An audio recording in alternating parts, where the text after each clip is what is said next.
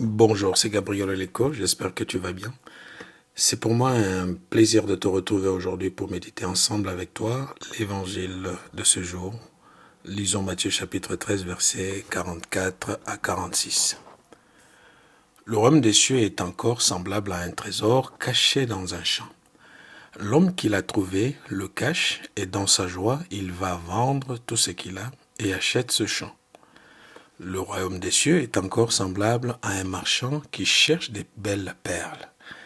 Il a trouvé une perle de grand prix et il est allé vendre tout ce qu'il avait et il l'a acheté. Le propre d'une opportunité repose sur le fait qu'il faut la saisir lorsqu'elle se présente. Elle ne dure pas toujours, elle se présente et peut rapidement passer. C'est pourquoi il est important de la saisir dès qu'elle est là. C'est le même principe qu'on trouve dans les Écritures lorsqu'il s'agit du royaume des dieux. Paul disait aux Corinthiens, car il dit, au temps favorable je t'ai exaucé, au jour du salut je t'ai secouru. Voici maintenant le temps favorable, voici maintenant le jour du salut.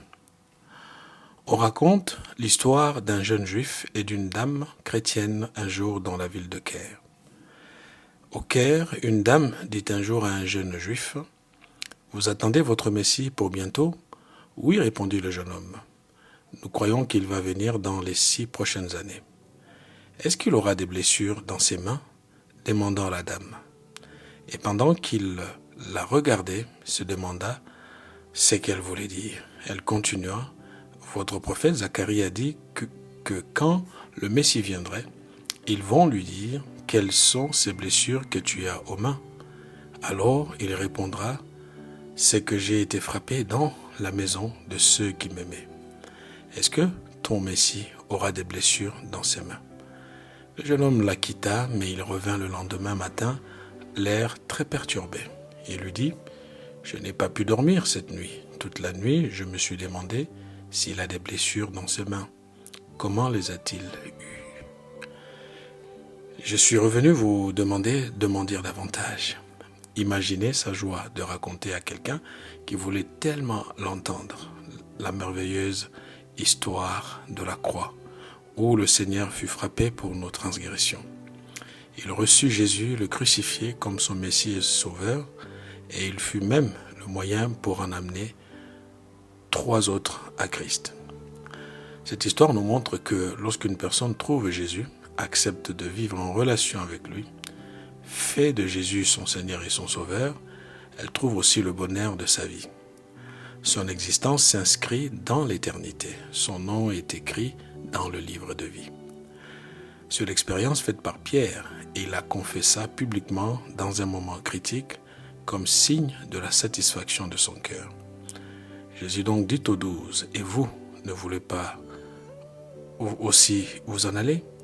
Simon Pierre lui répondit, « Seigneur, à qui irions-nous ? Tu as les paroles de la vie éternelle. Et nous avons cru et nous avons connu que tu es le Christ, le Saint de Dieu. » Mon ami, tu vois que rien ne vaut la joie d'appartenir à Jésus-Christ, lui qui est mort pour nos péchés et qui nous accueille tels que nous sommes. Aucun trésor de cette vie ne pourrait nous ouvrir la porte du ciel. La paix dont nous avons besoin vient uniquement de Jésus, le Prince de paix.